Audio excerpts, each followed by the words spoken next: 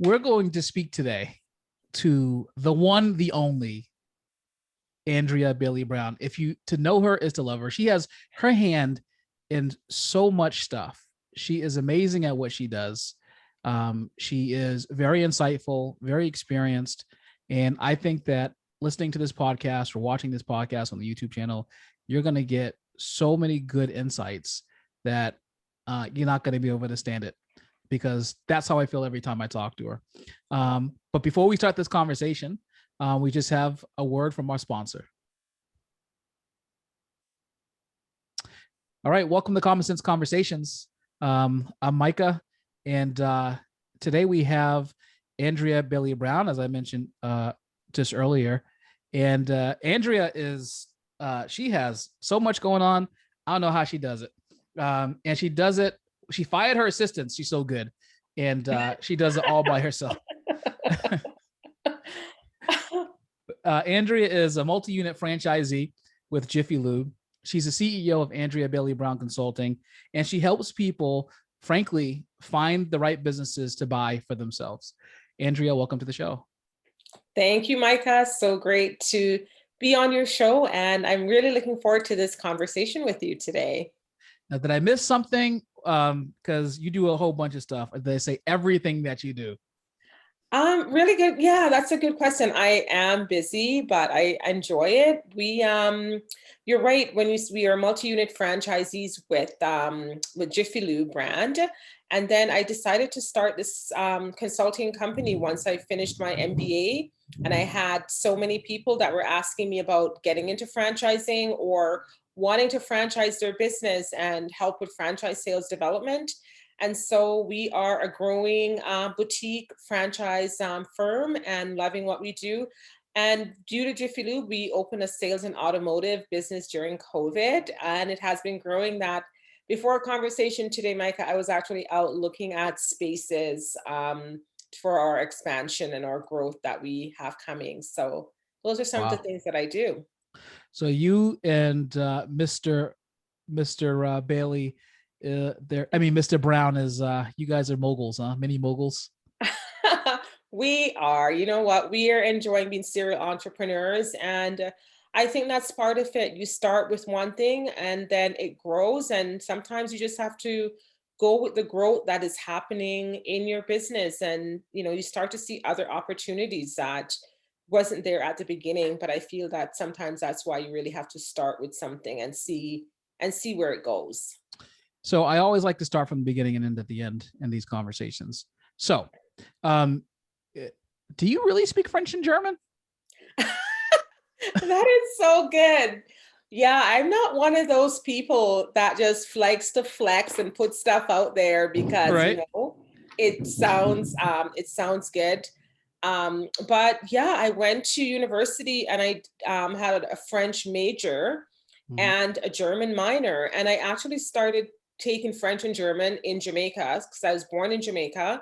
I went to a nice school and they were offering languages, and I decided to be different. Didn't know that was always in my blood, but wanted to be different. Right. And everyone was taking Spanish, and I thought, I'll just do something different. I'll start with French. And at that time, they said you have to be doing great in one language before you can take on now a third language. And I was doing really great in French. So once I moved to Canada, went to high school, and then went to university, I'm like, what am I going to major in? And I majored in French and had a German minor and started even teaching French at junior high and elementary school. So wow. I do speak French. I could survive if I'm dropped in a French town or wherever. I can make it. Nice. My German has gotten rusty because I didn't practice it as much, except for when I'm in Switzerland with my brother-in-law. Then I will practice it sometimes. So in all honesty, it is rusty for me. Could you train a Rottweiler in German if you needed to? No, I would. Oh, okay. It would get me, but that's a really good question. So is patois considered a language now? Like its own language, do you know? You know what? We say it is. Jamaicans, like to speak the patois. So yeah. I like that. You're really cool, Micah. The fact that you're bringing up these questions. Everything's Irie. Everything Iriman, Yeah. yes. So yeah, patois is you know, sometimes when it's like you feel like it's a dialect, but then you really realize like the nuance of the language, because like some people call it like it's broken English or whatever, but once people are around you like that don't understand it, you're like, Mhm. okay, yeah, it really it's its own language. Because if you can't understand everything that's being said or you're feeling left out, that's when you realize like it really is its own language. So after you went to school, you're like, all right, what I find interesting about your bio and about you is that you're like, you felt like the responsible thing to do was to get a job Yes. and to secure employment. And, Yes. the funny thing is like, that is not abnormal because that's what the vast majority of people do. Yeah. Um, why did you feel like, I want to start with that piece. Like, why did you feel like that was the responsible thing to do? Yeah, I think that's another really good question. So I don't know if it's in my bio, but what happened was I bought my first business while I was in university in my third year of university. I Mhm. was working at a chocolate store and we sold truffles. And the store was doing so well that we even sold to the royal family, and it was chocolates that was sold in packaging. So you would Mm. get it like in a vase or a vase, whatever you say, and then the chocolates would be in it so you can keep it after that. You Mhm. can put your flowers in or do different things. So it was during my third year of university, I realized the company came up for sale, and I had the audacity to say to the owner, because they were growing and kind of expanding, and I said, oh, I can buy it. I've been working here part-time. I understand the business. And I had, even before the offer to purchase, I was making up cards to get people's email and addresses. That's before email and this was common. So I was already doing things like that. And to my surprise, she actually said, sure, why not? So Mm. because I was like close to the end of my 4-year degree and opening the business, once I was done, because I was teaching French, again, doing something different. French is a position at most schools that you can't just fill with anyone. You could put Mhm. anyone in drama, you could put anyone in phys ed, you could put anyone in science as you read a book and figure out how to teach it. But when it came to teaching languages, you actually had to have the expertise. Mhm. So I was hired very quickly out of university, where Mhm. people said again, oh, you're going to be lucky to get a job in the city, you're going to have to move to some boom, look at Boomtown or whatever. And I got hired like right away. Uh-huh. But I think I took a job because, you know, 4 years of school, you're like, I came this close, like, Right. do I just not teach at all? And to be honest, so I did consider it. I was really like enjoying entrepreneurship. I was meeting some cool people in our city. They were doing big things. Mhm. You know, their lives were so interesting. I remember meeting one of the women that also had a location that came into the chocolate shop, and she's like, Andrew, oh my God, you should move away from this location. We were in like a C-list mall at the Mhm. time, and like move over to this mall, which is more like an A or B mall, like a higher end. She's like, you do so great over there, like real movers and shakers. It was, you know, so I was enjoying it. But then, you know, to choose, I'm like, I really need to finish this journey of teaching and go take Mhm. this job. And then I was still running the business at the time. It's funny because I do find that there's this, there's all sorts of pressure surrounding university. Yes. First, and it starts before you go, right? There's Yes. like, should I go? And, Yes. and then once you're there, you're like, what do I study? And Yes. then, you made a good point, which is like, when I get out, what are my obligations for the 4 years I've spent? That's it.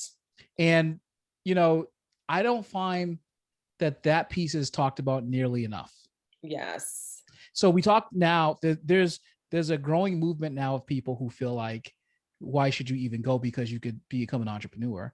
But there's Yes. very few people who talk about, okay, now that you've gotten your degree, like, is there's this internal sense of honoring your debt, and then of course what you went there for, and everything.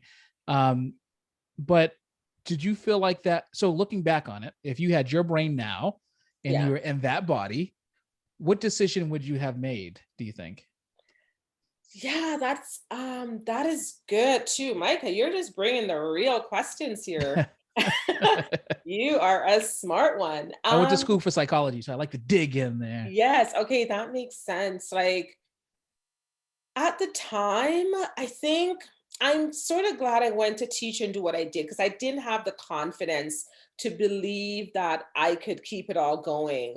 But, had I stayed with it, because we opened that first store, the chocolate store, and we opened a second store ourselves. Like this was our own concept that we went out and sourced products and everything. So I had two stores in that mall. I totally forgot about that. Sometimes my journey, like Hmm. I have to sit back and go, oh yeah, I did that. Like, and you Hmm. kind of skip over some things sometime, and you have to go really sit back and do a deep dive into your own journey. Hmm. So I'd opened two stores there, and if I had this brain now, that body, I really think had I stuck with the entrepreneur side, things would have been even more amazing Hmm. because the people I was meeting, the opportunities that were coming, and being in the incubator with other entrepreneurs who were opening clothing stores, and just to see how they were living and how they were doing it would have been really great. But I don't think I had fully believed in the entrepreneur world as much as go get a job world, which is what was taught in my circle, in my family. That was a secure way. Hmm. Even though my dad himself was, is an entrepreneur, but it was, I think I would have just, the journey is the journey, but I know I would have probably been further had I embraced it fully, like Hmm. I'm doing now. Like I would have been further. So you have the rich dad, poor dad complex, basically. I'm not Yeah. saying that your dad is the poor dad, but the theory behind rich dad, poor dad is that the reason why the poor dad was not because of education. It wasn't because he wasn't qualified or credentialed, but it was because he was engaging in activities and making suggestions that people who are not looking to become wealthy and well off actually engage in on a regular basis. Um, Yes. and so you were torn between these two ideologies essentially, and then you Yes. obviously eventually came to where your passion was with entrepreneurship. Yeah, you're so right. And I think too, because at that time I was I may have been the first one in my family that went to this highest level of education in terms of university, 4 Mm, years. I had, when I had an aunt that did like a college level, teachers college in Jamaica. mhm, But for this level, I really think I was the first one to pave the way. My family was really proud. And of course, my mom as well, that she was a single mom raising four kids. mhm, And she worked at the hospital and, also did cleaning and different things. And so she really felt like, wow, this is really amazing for you. And taking a safe path and being secured in your job is a really good thing. So I kind of surpassed the expectations of my family, and I could see why. So from my mom's side, she was proud, and everyone was really proud as well. My right. dad, who still lives in Jamaica, Mhm, really has been an entrepreneur most of his life. He started out working for a plumbing company mhm, and then decided to start his own plumbing business. And he usually gets contracts when the hotels are being built. He's one of the top, probably three plumbers in Jamaica that gets called on when new things are coming. And so he's done well. He understood entrepreneurship for himself, and he's just made a living. He has hired hundreds of people, and that's what he does. But I think because we were, him being in Jamaica, I'm here in Canada, didn't really get to be in his world as much to really mhm. understand the value of, the full entrepreneurial world. Yes, that helps me understand some of the pressure you put on yourself, saying that you had the opportunity to kind of be you have this be this model in your family for people to follow, even if that's not the advice that you would give the people in your family today. um Exactly. And the people in my family today are looking at me and coming to me to say, oh my gosh, how do I do what you're doing? I'm in a Skip job. school, don't go to Yeah. school. Yeah. So I interviewed a man by the name of Michael Van, Okay. and he wrote a book called Buying Out the Boss. Mm. um so what I want to know is, so you're working part-time at this chocolatier. You decide that you want to make it yours because they're going to buy it. How do you buy out the boss? How did you accomplish that? You were part-time, right? Yeah, I was part-time working. You know what? I think it's learning about negotiations. I think I learned that early. So when I look back, a lot of things I learned about business, supply chain management, Mm-hmm. where you get your products from, who make your product, and the impact it has on a business was really profound and shaped everything that I've done since. I realized that they were just, their supply chain was not very good. The chocolates were so great. We had lineups outside the store running out of products Mm-hmm. during your highest selling season, like Valentine's, Mother's Day. Imagine, like, when you should be ready and stocking supply for Mm-hmm. those times, they were like running out of supplies, limiting people. So if you came in and you wanted like 1 dozen chocolate for your wife, except for Valentine's, they're like, sorry, Micah, you could only get 6 because we're like low on supply. So I learned early, like, oh my gosh, like, wow, like this should not be happening. So wait, But you said that the chocolate was not very good. no, it was very good. Oh, it was very good. Yeah, the chocolate was excellent. Okay, It yeah. was tasty and everything. So that's part of the hype why they were getting so many people Mm-hmm. there. But what I learned in the process of how to set up a deal, how to structure it, so to be able to, for them to make that offer, we decided over a period of time how I would pay, the pricing of products, because I was now going to be, the owner. So structuring the deal, I didn't have any like university education on deal structuring, but I was in the business enough, Mm-hmm. long enough to say, okay, this is what I think I should pay per chocolate, and this is how I can actually pay over a period of time for the So let's business. talk about the structure of the deal if you feel comfortable. We'll leave numbers off the table for now. Yeah. So so you did essentially a revenue share until you agreed on a number that you would pay them, and then Yes. you agreed to a revenue share until you met that number. Is that what you did? Yeah, it was similar. Actually, we agreed on like a set number, and the set Mm-hmm. number was not as high that we honestly, when I said we, I was with someone at the time. Mm-hmm. And then that we could actually come up with that first, with the original payment for Right. the business. So we were able to Okay. pay that. But the biggest part was how we negotiated the product, because they were the key supplier of the product, right? They were the Mm-hmm. ones they were the manufacturer of the chocolate as well, and then they Right. had retail stores. That's the best way to Mm-hmm. put it. So we decided that, based on, because we're paying a certain price, the price per chocolate coming through, we had to negotiate really well on that, in Mm-hmm. order for us to make some sort of profit. I didn't fully understand profitability, leasing, all the stuff, so I just jumped in, and I was Mm-hmm. just, building the boat, Mm-hmm. as I was trying to sail it. Like, it had the basic there, but then the Right. other things I was trying to put in place. But that's okay, because the people listening to this podcast, they may still be working for someone, and they Yes. may be saying to themselves, look, I work in this floral shop part-time. I have one full-time job, one part-time job, but I could run this floral shop. And so, Yes. like, I think it's important to talk about the structure of deals, um, for these individuals who may approach the boss to say, hey, is this, if you ever think about selling, look my way, and you can go Yes. retire in Florida, because no one retires in Canada unless they Yeah. live there already. Um, Colombia and BC, they do. oh, okay, all right. Yeah, Um, exactly. so so you can go and retire.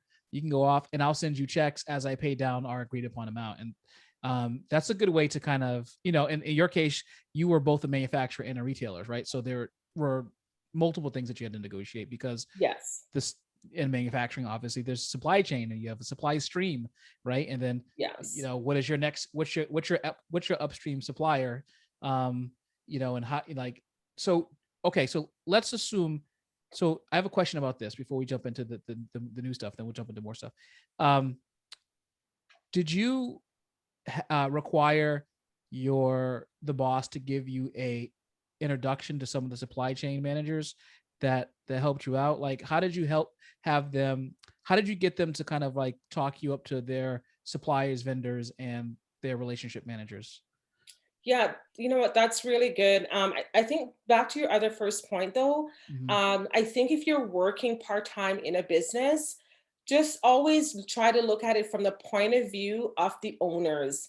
And you're right, like in the flower shop concept, you may be able to run it better than that person, right? So really start looking for opportunities to really say, hey, I see what they're doing. If I were doing this, how would I do this better? How would I do this differently? Because businesses are ultimately built to sell. And Mhm. sometimes people move on or they want to expand.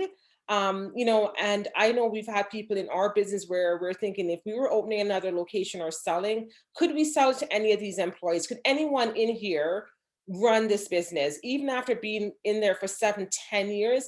And sometimes you look around and you say, no, there's just no one here that I could pass this on to. And Right. I've seen some owners that are already planning. They're like, you know, I have this guy, he really does a good job. I think he could really take this on, and you can Mm. do that. So make sure when you're in you know, in a business that you're kind of you're looking around to see what you could do to improve it. You know, could you one day take this on if you really want to get into running your own business and maybe learning from it? Like, what are some of the things that they're doing that I know I could, you know, venture on my own and start this flower shop as well, but I would add another different factor to it. Mm. So, Yeah, I like that. It's a great idea. And mhm. so, did you ever go back to the workforce after this, or was Oh, this like your launching pad? it was my launching pad, but I started the business and then I got my teaching job. So I Mhm. was doing both for about a year. And teaching a first year teacher, first time teacher was it's just really tough. Right. And so in the end, we decided to that we were going to just try and maybe sell the business, and but in the end we closed the business.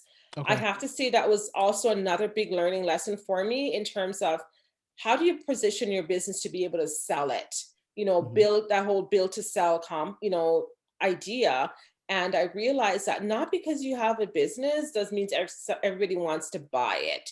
That was Right. mind boggling. I was like, what do you mean? Like, and people are like, oh, just sell it. And they were saying it like, so like you Like it was just a go to watch. Walmart and just Yeah. pick up some milk, like just Right. sell it. I'm like, okay. And when you really get down to it, no, it's not that simple to sell a business or to have something that is, you know, that you can sell. So for Yep. people like yourself that are franchising your business, putting time behind it, that Mhm. is a real gift and a talent, because Mhm. it's not as simple as people just say, you know, just go to Right. Walmart and buy some eggs. Like, no. And So, especially manufacturing businesses, those mm, are, I think it's the reason why manufacturing businesses ultimately that are successfully sold have the highest multiple of all businesses that sell.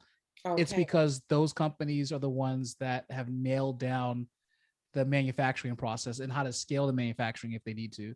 And so great. they've already mapped out how to scale and how to Yeah. match that with the supply chain and how to match that with operations management as well. Mm, And it is a hard thing to learn. um I had this conversation earlier today. It's a hard thing to learn that at the beginning. And in one of our clubhouse rooms, I use this saying often because it's good, from Thomas Sowell, which is, it takes an immense amount of knowledge to understand the extent of your own ignorance. And mm, I felt that very strongly when I first started my business. Right now, you would have a whole different roadmap for that business, I'm sure, than you did then. yes. And especially when it comes to manufacturing and suppliers, you have different connections and stuff like that. So like really putting yourself in a position to like sell it is, you're right, it's a skill. Like you really do need to Yes. develop that. Yes. Yeah. And you So have to be mhm, thinking about that as you're operating the business to see, what am I selling here? Is it the email list? Are you even gathering a list of people coming through? Do you have a way to package this business? And mhm, at that time, because it was my first business, we didn't think about all of that. We just thought about buying it, right. and then it was time to sell it, and it was like, oh, it's just not that easy, and didn't Mhm, have the time. And it was in the end easier to close the business than getting behind in paying rent and all the right. other stuff.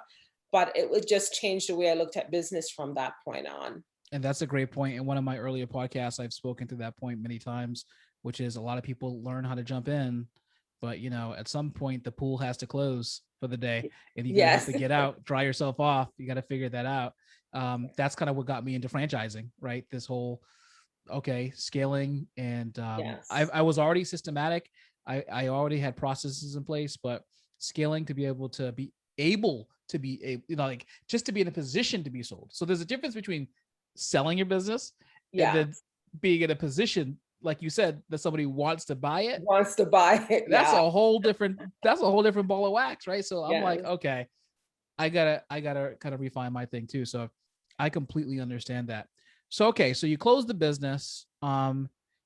You were depressed a little bit because you closed it, like all of us when we have to close our businesses. And Yes. then what did you do? Well, I went, I was teaching for a while. I thought, okay, this is great. Everything is secure, but the entrepreneurial bug just wouldn't leave. It came back, Mhm. and it came back in a new format, a format that I didn't expect, because I believe a lot in synchronicity and how things find you and how people find you and come in your path. So I was teaching, and a woman named Lorna, in my friend Bev said, come um, to the cooking lab, or yeah, where she taught. Mhm. Lorna is going to do a presentation, and I'm like, it's lunchtime. Who has time for presentation? So yeah, come, come, come. So Lorna was selling clothing, and she was changing out of it, like doing a quick change artisting, like, here, I'm wearing this, and boom, you can now wear this to the park, and boom, now you go for dinner. I'm like, oh, this Mhm. is fascinating. But what was fascinating to me was women were just writing checks. There's no, at the time, and those were the teachers. Like, we were actually teaching during our lunch break. Lorna was doing this, and within like a short 45-minute lunch hour, Lorna sold over like $1,000 or $1,200 of clothing to Wow. these teachers. And I was just really fascinated by the business transaction and what happened in such a short time, right? Because Mhm. I didn't even sell that much chocolate in that short time. Mhm. So Lorna said to me, she painted this idea, hey, Andrea, you'd be great at this business. Come and take a look. And I went with her. To cut it short, it was direct sales, and we're selling clothing. So I went with her to a meeting. I listened in, and I thought, okay, I think I could sell this too, because I love fashion, I love clothes. Mhm. And I got involved in a direct sales company, just like that. Started out with one team member, grew my team, became a sales manager. I was the queen of recruiting for all of Canada in that company, Mhm. and Mhm. meaning I recruited the most out of anyone else. So here I am then, from that, in the direct sales world, going out doing shows and parties, and just got really good at it. And I was still teaching. So, but because with my teaching job, I could take a leave of absence, which I did. Took a couple leave of absence to really test it out, because I saw a woman doing amazingly well. A woman named Debbie Weber was making like 40, like between 40 to 70,000 in 1 month, just from team commissions, like Right. through clothing. I was like, what is happening? So I just went into that world, and stayed with that for a little while. Wow. Oh my Yeah. goodness. So now you went from selling chocolate to selling clothes. Yes. And so now you're selling clothes. What happened to that company? Well, I realized the sales were doing great, everything was happening, but I like to pride myself in paying attention to industries and when they're changing. So I Mhm. started to realize in the numbers the company was making started to go down, Mhm. and then I started to plot my exit plan, and I just thought things are not the same, and I knew it. I Mhm. could see some shift from the top sellers were not really selling as much anymore, and I love studying business and looking at what's working and what isn't. Mhm. And then I remember just saying, I think it's time I get out of this. So decided to exit, and within a year or so of exiting, or 6 months, they did close down the company itself. So I Wow. felt great. This was wonderful. And another direct sales company came in my way. This time was with the jewelry world. Mhm. Learned a lot about selling jewelry. So I went into direct sales again, but with jewelry this Mhm. time. And that was an amazing company. Again, became one of their only directors in Canada. Just I built a team of almost 500 women across Canada that was on my team, and the commissions were fantastic. Resigned from teaching because I really saw that I was, Finally. yeah, finally resigned from teaching. And then after I resigned, I just really, I mean, of course, that during the time I was buying into Jiffy Lube, doing different things. So it wasn't my, some of the stuff overlapped, to be Mhm. honest, right? So when I, resigned and then when I bought Jiffy Lube, and so some of this, the time period overlapped, Overlap. but I understood direct sales world and just again decided to finally exit from direct sales and had a few companies try to recruit me. They flew me out into the US to come and join them. And I entertained it, but I realized that I just didn't want to work with and get back into direct sales in that format Mhm. in terms of in the field. I wanted to kind of either be part owner, own something. So yeah, so that's how that went. So one of the things I like about you and your husband, of course, is that you all continue to have an eye for wanting to create something, wanting Yeah. to be an entrepreneur. You never let time pass without doing something. Yeah. You always had that vision of creating your own economy, and you stuck by that. And I think that there's a few things that kill dreams. One of them is time elapsed. Yeah. The other one is a salary sometimes kills True. dreams. Yeah. Just ask Kevin O'Leary; he came up with that statement. And the last thing that kills dreams is our own fears, our own personal fears that we can't do what we think we can do. So you entered the world of franchising. So you became a franchisee. You're still a franchisee of Jiffy Lube. Yes. Um, and were you a multi-unit franchisee when you first started, or did you come in with a single unit? Yeah, I came in with a single unit because you're right. Like people say a lot of things like, oh, you'd be even lucky to get into that brand. And we felt that way, like we felt Mhm. blessed because it's a, bigger, more known franchise. So Mhm. franchise brand. So to be able to get into it, it really is a big deal. So to even get one store, we felt like really blessed. And that was just like timing and a lot of synchronicity happened. So yeah, we came in as just a single unit and we thought like we just maybe be a single unit owners until we got in and figured out like we are not single unit people. So we just Excuse the heck out of all of us listening. yeah, I'm just like, nah, my husband and I were like, no, one store Mhm. for the rest of our lives will just it's not who we are. It's It's too just not mediocre. yeah, super mediocre. We're just Right. like, no, it's just not gonna work. Mhm. Right. And So so, okay, so you're like, so when you bought that first franchise unit, were you like, were you like, okay, I'm just trying to replace my teaching salary? Was that like your initial goal, revenue goal? Like, okay, I know we can make money obviously in the franchise because they've showed us the map and everything and how we can do it. And so our goal is to just replace our salaries and then we can move into the business. Was that like your initial thought? yeah, that was the initial thought. I mean, to be the initial thought was let's because my husband was going to leave his job in the airline industry where he Mm-hmm. worked as aircraft mechanic and fix the planes and keep them flying. Right. So he was going to leave his job first, Kind and of I an thought, important job. yes, a super important job. Yeah, he's someone you don't always want to fly with because he's looking around, knocking on things, checking this. Like I'm like, don't do any of that when you're with me. Like, Right. Don't make a just face. Don't make don't, a yeah, face. that's it. Don't do anything. Like, If just, he looks nervous, that's a problem when he's I flying. know. Yeah. I so agree. I could So, remind me never to fly with you and him ever. yeah, Because I would be looking at him the entire time. If the I'd be entire looking to time. see, is that noise really a natural plane noise, or is that the Or engine is it, exploding? yeah, is it anything important? Right. But yeah, so so that was the first thing. Let's replace his salary. I Mm-hmm. was going to continue teaching. Right. And remember, I was still running my direct sales business, which was Yep. which had replaced, it was like quadrupling my teaching income at this point. Wow. So, I kept doing that. And sometimes I was teaching So now part-time. you're just showing off now, quadrupling your teaching income, and you're still teaching too at the same time. I was trying to teach part-time and Yep. I've taught part-time some years and depending on my principal I had. Mm-hmm. So yeah, we just that was actual the goal to but he did something that was smart.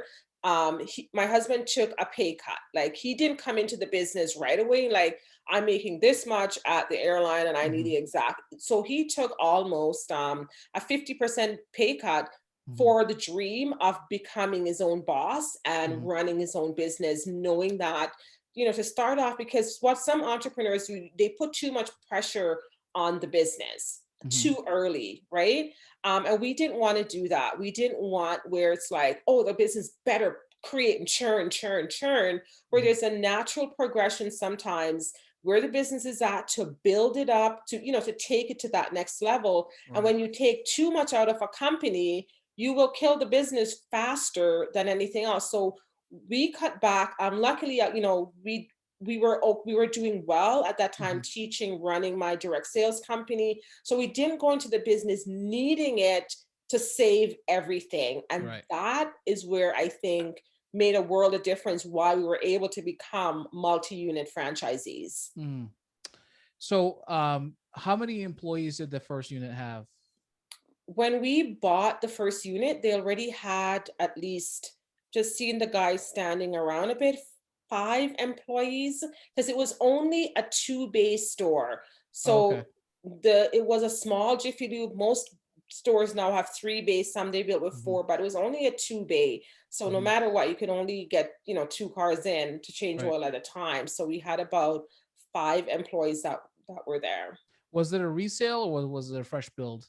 Yeah, it was a resale. So we Okay. met the lady and her son. Still remember her name, Maureen. Well, That let was me let me define this for everyone first. So, in yes. franchising, the name kind of gives it away, but a resale is basically when there's an existing franchisee and they're looking to exit the business. And so we'll talk a little bit about this later about how franchising can kind of help with this piece, but like wealth build. But in terms of wealth building, this is kind of exactly what she's doing with you guys, are exactly what ultimately your goal will be. I'm assuming with your current units, and which is that she sold the business to you. So it was obviously generating cash. She was in a position to now flip this business to you guys because you all were now going to sell. And so no doubt, whatever she's invested into the business, she's gotten back, and she's going Yeah, to get it all back with you because you're buying the business and you're giving her multiple, obviously, on that business. So yeah, that's a resale. A resale is have either you being the original or a resale yourself, and then you're now selling it again for a profit to the next person. yes. Yes, so you're right. It was a resale, and Mm-hmm. she was moving to another city, Mm-hmm. and she was going to be they were going to be building her a new location to in that city. Oh, So that okay. was important to us as well, to see that she wasn't like running away from the brand. Right. She was just repositioning in a Mm-hmm. new city. Probably getting 4 bays, but we won't even talk about Yes, exactly. I'm with my 2 bay because I Right. need more. Right, exactly. Yeah. So the business was already cash flowing. You Yes. walked into a nice functioning business. Obviously, you looked at the financials. You all decided to pull the trigger. So when was it time for you all to investigate more stores, and how many more did you guys invest in? Yeah, so it was time when we realized that the first store we had done really well with. I think, um, doubled, almost tripled sales in that store. That was a Mhm. 2 bay where they felt like it was set. And we just, really did some work on our people first, the uniforms, how they dress, how you Mm, approach customers. Like we just retooled everything so much so that the franchisor took notice because our average ticket in that store went up. It was beating the ticket average across the franchise brand. So wow. they actually sent down someone to check out like what are they doing. So I Right. remember, this guy came in and was like checking and watching and said, Mhm. this is what we're doing. We're just, really educating our customers, helping them, telling them that, making suggestions like, hey, have you, checked your transmission? Have you done this? And that's really what we did, where we started talking to our customers differently. Mhm. And so that was when they really started taking notice of these new franchisees that were coming in, Mhm. and they were really making such a difference. So So we in the start US, we call that blocking and tackling. So in American football, right, Yeah. the first thing they teach you is how to block and how to tackle. And the Mm, reason why is because when you block on offense, the person on offense has the ability to advance the ball and to yeah. score points. When you're on defense, if you know how to tackle, then that person is not getting the touchdown. Those are the two fundamental building blocks of everything else that you're going to learn. And so you all came in, and the first thing you did, block and tackle, Yeah. uniforms, Yeah. professionalism. Yes. That place was probably sparkling clean, no Yes. doubt. You never ran out of coffee. Wi-Fi Right. worked. Like all that's the worst, right? It's like Yes. nothing that frustrates customers, and everything to bring the employees together, right? Yes. And when you have someone like my husband that came out of the aircraft industry, Mm-hmm. you have to pay attention to details. So, Mm-hmm. Right. they have a system like everything that you work on. If you have a special tool, you have to be able to find it after, because you don't want to leave stuff in the engine, stuff hanging around. Like, they Right. are very precise people in that, Mm-hmm. in the aircraft industry. So he brought a lot of those systems into the Jiffy Lube with us, and that's Mm-hmm. why things changed, and plus he pays attention to making sure things are clean, the rags, you don't just leave them, because everything makes a difference. And we could see the impact that it had, basically on our business. So you're right, blocked and tackled anything that wasn't working. The language also, we changed how our employees used to speak about the customers, calling them cheap, or if you pulled up in a certain vehicle, they almost dismissed, like we were just not having any of that. Mm-hmm. Like, do not disrespect people if they drive, a Honda versus a BMW. Like, who cares? Treat every customer the same. So we realized we had some real internal work to do with, around languaging and how you talk about your customers and everything like that. So blocking and tackling, and then the culture change. So you had a shift Yes. in culture.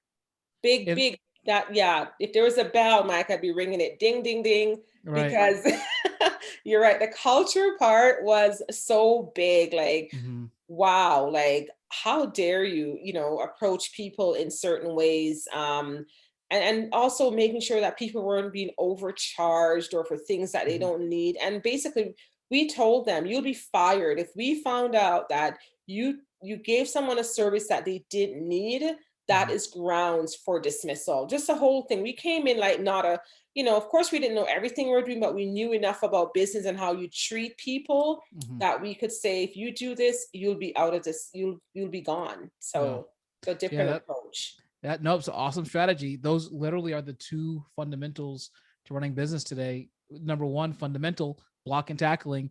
Yes.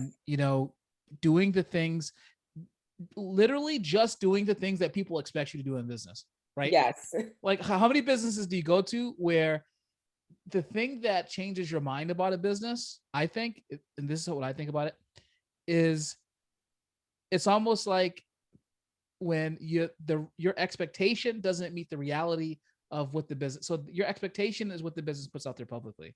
Yes. But your reality, when you're actually engaged in business, if those things don't line up, yes, then now your experience is completely disturbed, and that's when your net promoter score drops. Yes. Right? Yes, absolutely. And it could be as simple as you saying, okay, like if you were a burger shop, on my burger is lettuce, tomato, and ketchup. If you miss the ketchup, it changes expectations. And it may sound very simple, but the people could be going to you because you have the ketchup. Yes. And it for whatever reason, it shatters expectations. When the reality don't meet the expectations, then you have a disaster on your hands, because then people are like, well, they're not going to give you exactly what you want. And how are you going to get that review back? Yeah. And you become very, like, people get disappointed, and you don't really want that, like, that disappointment. Right. We had someone that came into the automotive repair side of our business, the new business, and they basically said, yeah, we've been to your Jiffy Lube, and what happened was, one of the guy I came in for an oil change, he put the stick in, he checked it, and then he brought this other guy over, and then the guy came and said to us, you don't need an oil change, you can go another 1,000 kilometers with with the oil you have right now. You forgot I'm in America, so I gotta convert kilometers into miles. And that is 1,000 miles. Right. So like, those stories are really good when they're coming back to us from our actual customers. And because we just want to be known for for honesty and not because I know as a woman in automotive, I used to pull my vehicle into certain places. They're like, you can't drive this car again, or else you're going to explode. I'm like, oh, I'm so scared. So when we wanted to Uh-huh. basically, change the way the industry operates for the people that come into contact with us. Integrity is a big part when of missing in business, and it's ironically it's the thing that keeps people loyal to you. Just Yeah. having that customer integrity and having like having looking out for the best interest of the customer. You would think that this would be an obvious thing, but that is missing hardcore in a lot of these small businesses. I think that affects small businesses way more than them, for instance, not knowing their numbers. Yeah, knowing that not knowing the numbers is one thing, but Yeah. oftentimes people don't even deliver on what they promise. Right, that's true. And unfortunately, sometimes customers, when they're unhappy with you, they don't always call and tell you, right? They go tell other people and tell their friends. Mm-hmm. So you really want to make sure that you're doing the right things because customers will leave you. And this Mm-hmm. is not a relationship where the guy, you're breaking up and like, I don't like you because you just don't put the the cap on the toothpaste. And Uh-huh. sometimes your customers will leave you and they won't even tell you Yep. anything. So when you can get feedback or reviews or anything, it's good to take it so that you at least know how to improve. And this, it's like if your employee is screwing up, sometimes you don't even know for a month that they're doing something that they Yeah. shouldn't be doing. Even if you have the pulse on the thumb, sometimes customers won't even, because they'll feel like they're getting the person in trouble, which they are Yes. because they should, Yeah. because their experience is going to improve. But then they're like, Right. I just got to the point where I couldn't take it anymore. I'm like, well, why did you get to that point? You know, Yeah. could have Yeah. could have fixed this in like 30 seconds. 30 seconds. Yeah. Sometimes they don't want to tell you and they'll just exit for sure. So blocking and tackling, you change the culture, Yes. and you're making all kinds of money. And now you're like, okay, we want to expand our empire. Yeah. So what did you guys do? You know what? Really good. We paid attention to stores. So the thing with franchising, people have to realize sometimes you have to get into the system first, Mm-hmm. especially with an established brand. Be it a Jiffy Lube or McDonald's, Burger King. Some brands are really established where you may not get the prime store and prime locations to start, but Mm-hmm. once you're in the system you will hear about other people selling, leaving, moving. So we were now part of the Jiffy Lube ecosystem, and we could hear like, oh, this store on the south side is coming up for sale, this person is leaving or retiring or buying another store, so he's moving. So we Mm-hmm. started to hear, because we were part of the network now, we heard of another store that was coming up for sale. And I liked the location. I looked at it from the beginning, like, wow, one of those, like, this would be a nice dream store to have. This is, the bricks on it, Mm-hmm. 3 bay store. Everything was so nice. And I used to drive by it and I say to my husband, this is a great store. Wow, it'd be good if we could get this store. So when it Mm-hmm. came up for sale, we put our name in at the head office. And we had to go in and have that conversation. And they were asking questions like, okay, are you ready for a second store? And they could see our numbers and we're like, yes, we are ready. I'm going to help with the running of it. So, but back to my first point about not bleeding the business when you went in first, Mm-hmm. because we were saving up a lot of our money and banking it. We paid off our store earlier than was intended. So the bank gave us, let's say, I think it was a 5-year term to pay it off, Mm-hmm. but we paid it off in like 2.5 years so Wow. that we could like have extra money banked. So when the store came up, there were people ahead of us that could have gotten it, but because they didn't have that capital to put down on the store, they were Mm-hmm. they were bypassed. Wow. Right. Yep. So that was another strategy that we used. So when it came time and they're like, okay, you're going to need, say, 125, 150,000 to go. We're like, okay, we're Mm-hmm. good.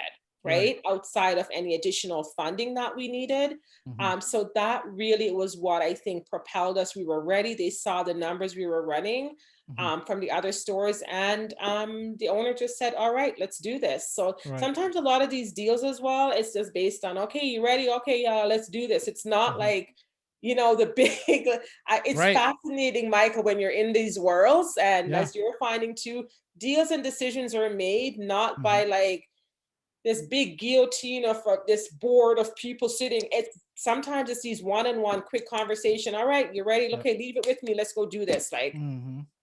it's Yeah. it's really sometimes gets that simple. It's funny because I was kind of, as a friend going through like this franchise process, having a, you're constantly dealing with financial institutions and franchising, whether you're a franchise, whether you're a Zor or a Z, you're always dealing with financial. And the thing Yes. is, it all comes down to personal relationships. If they frankly look you in the eye and believe essentially that you can do what you say you're going to do, they'll give you money. They basically tell you that Yes. a lot of it comes down to just what kind of relationship you have with the Yes. bank. So like Yes. one of the things I would say for like an individual maybe who's looking to go into business, whether it be for their own on their own or franchising, is that begin to establish relationships with your financial institution early where you Yeah. bank. Talk to the bankers, see what products they have, maybe get a personal loan to pay something down, pay it off, like kind of enter the network. And then like a buddy of mine owns an HVAC company. He like they call him, they're like, hey, like we have a new working capital line.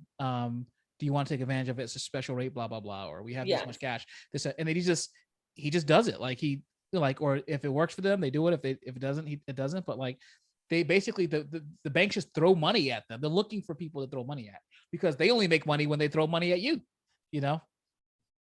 So Yeah, absolutely. so now you're crushing it. So now you're making millions of dollars in Jiffy Lube, like you're making millions of dollars like Donald Trump and Puff Daddy and all these guys. And you're beside yourself because you've never made as much money before. And so did you get another store after the second one? Yeah, so we got a second store and we ended up with like a third store. Mm-hmm. So at one point we had like, yeah, 3 locations that we were balancing. And then, you're really getting into the thing I love about owning the Jiffy Lube and all of that. You're really getting into being real like business owners, running a Mm-hmm. business, responsible for employees. Right. You really get into seeing how the decisions that you have made can change other people's lives. Right. So you really see when your employees are now, we participated in the foreign program where you brought people in. We brought people in from the Philippines to work, Mm-hmm. and then they have to work with you for at least a minimum of 3 years or something like that, because That's awesome. when we had instability in Alberta with the oil and people were just going to the oil rigs and all, you just couldn't Right. keep people. The government, gave companies permission to be able to do that. Mm-hmm. And so we now were able to see some of those employees bring their families over. A few of them actually did that. They were able, because of us, they're now buying houses, Wow. doing Yeah. different things. So you really get to see how one or a couple people's decision can impact different lives and different generation. And that's what this business ownership really have done for us, where we Mm-hmm. saw at some point we had to sit back and go, wow, this is bigger than us. Mm-hmm. When you really could see all the employees pulling up in their vehicles, they're buying new vehicles, buying homes, their families like, oh my God, they finally got their immigration paper. And it's because it all started, with us. So Right.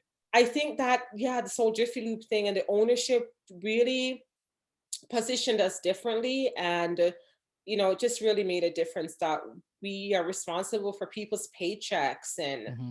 for making sure that people are paid every couple of weeks and all of this. So Right. yeah. And so that is it's a great feeling when you're signing checks on the front.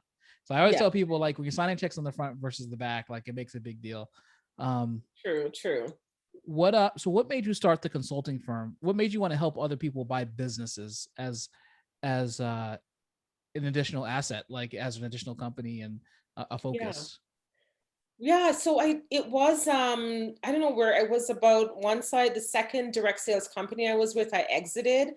I Mhm. just knew I wanted to do more in my life. I realized I had all this knowledge that I really had and wanted to position it differently. So Mhm. I exited that direct sales company, and I was at a point I said to my husband, I feel like I want to do something different. I want to go back to school. I want to, I understand business, but I really want to look at doing my MBA. I feel like it could bring a different set of knowledge There you for go me. again. Yeah, going back to school. I did. I Although went you back. probably were more experienced at this point than any MBA. I know. So I felt that there was just the business knowledge that I had acquired being in business, and then I wanted the theoretical side to see if it could just balance things out for me. So Mhm. I did go back into a program, and Was when it I worth was there, $100,000? I didn't pay as much as the US. The US, you guys are Okay. like brutal, Oh, it's but it ridiculous wasn't. here. Yeah, it wasn't as much there. But you know what? It for me to go into consulting, Mm-hmm. it gave me a little bit of extra oomph Mm-hmm. that propelled me, where people would probably listen to me a little bit more. At least Mm-hmm. that's what I told myself, and that's some of the impact that I've seen. Mm-hmm. And I don't necessarily know if I needed it, but for my own self, it's something I think I really wanted to do. So I Right. started the consulting business because I just wanted to get paid on my knowledge. And I'd seen so many people doing that, that were probably less experienced, Mm-hmm. less qualified. They were doing it. And I thought, you know what, I want to do the same thing. And so that's why I started a consulting business, because I also wanted to help people with building businesses. And I had so many people, Micah, reaching out to me about, hey, I'm thinking of leaving my job. What do I do? I'm thinking about this business. Hey, I'm curious about franchising. And I always stop and take notes and really look at, why are people calling me? What are they constantly wanting to know? And then even my own family was like, people are always calling you and asking you questions about Mm-hmm. business, or they want to start something. They want to like, and I literally sat down one day. I'm like, okay, my friend Jill called. She was asking about this. My other friend called, and just really made a notepad and say, or look back through my messages. What were they wanting to know? My friends from my MBA, my own, like people in that group, the cohort, they were also reaching out to me about franchise business or the difference and valuation. And I thought, Mm-hmm. I really have something here. So that's where I decided it was time that I branched out and started my own consulting business. It is it's a unique responsibility to be a thought leader. Um Yes. and you have to take that kind of thing seriously. When I started speaking on, for like in the fitness business, and when I've done some consulting with some small businesses, I get those calls and I get the emails that you get and the Facebook pings from people around the country, Yes. like a random person like, hey, like I need to do this. Like, what do you think? Like, it is, you feel very responsible for everything you say, because Yes. whether it turns out one way or the other, I guess, is up to the person, but there is another level of responsibility now, because a person is now entrusting you with this task of Yeah. guiding them through this. And um it's a unique, it's hard to understand unless you do it, Yes. unless you're in that Yeah. position. But I, you I never would have been in that position had you not gone through your journey, and had you not opened those jiffy lubes. So like, yes. the story, as frustrating as it is at the beginning, when you're in it and then you take a second to look back, it's that whole experience that shapes your ability to now give this advice and to create thoughtful solutions to either complex problems or problems that people have relatively common. Yes. And I think one of the things my big takeaway from the MBA was, well, the network that you create is amazing. Mm-hmm. We had people from big airlines, from Bombardier, from different places that were in this program. So you now had Mm-hmm. access to people really easily, just through a text message, people that you would have to like send an email and hope to find the secretary. You're just like Right. back and forth. Things get done really fast, or answers to certain questions. The next part for me was the fact that we worked on in different industries.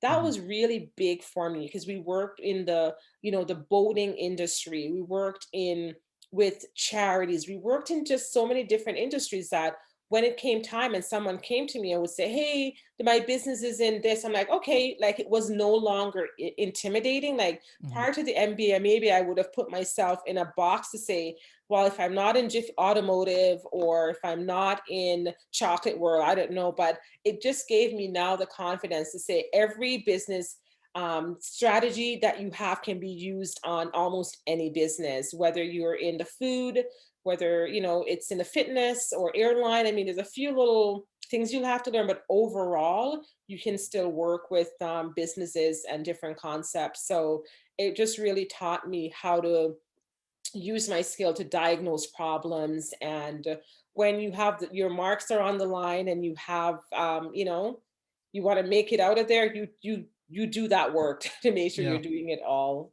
right. So who do you work with now? Great question. So right now, we started working with people that want to buy franchises. Like that Mhm, was our main avenue when I started. But as once I started, I realized that we were more than that.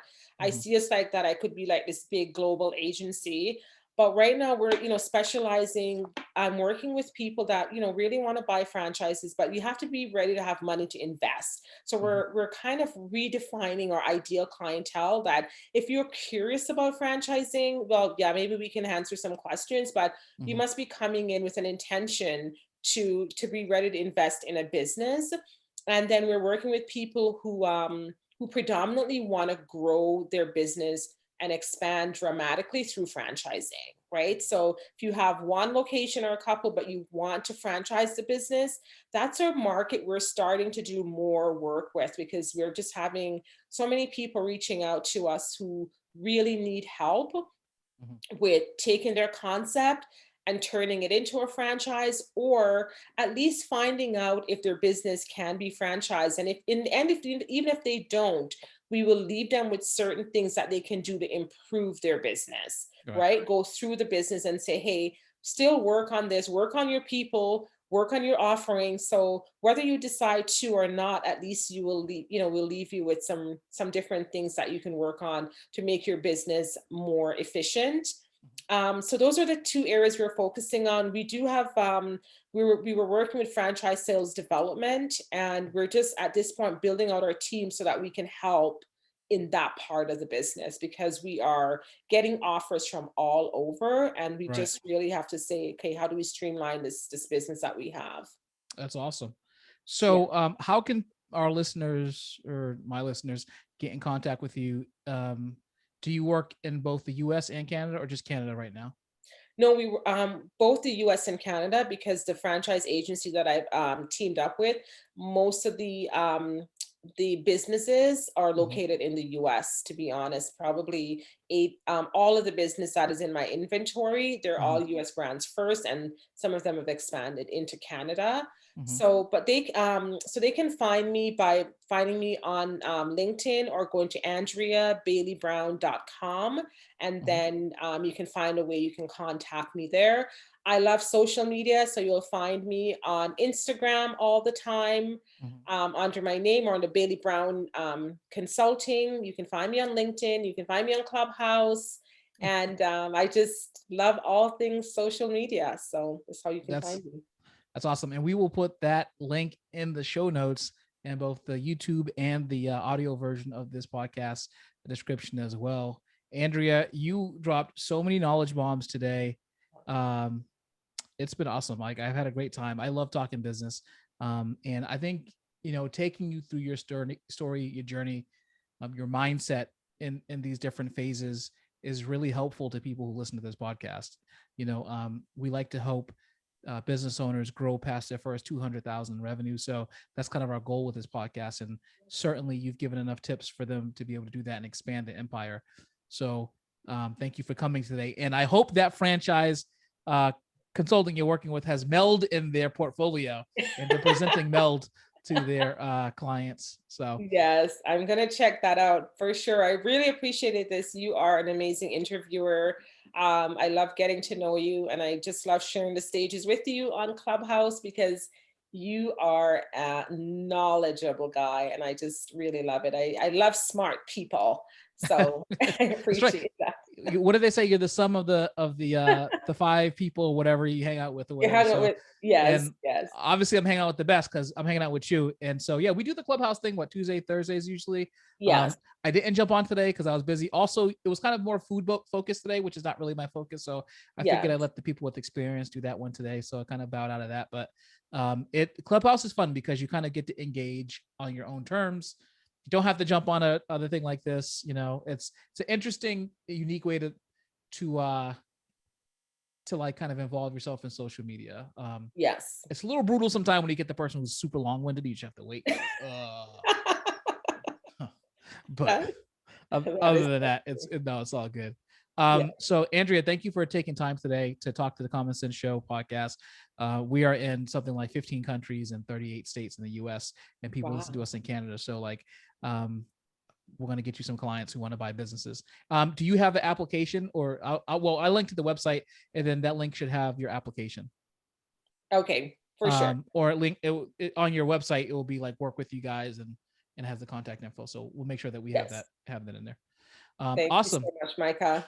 Andrea, have a good day. Go make another $1 million today. All right. I will not let you down, Micah. Thank you. Thank you. I'll talk to you soon. Yeah. All right. Bye. Bye. Did we end the recording?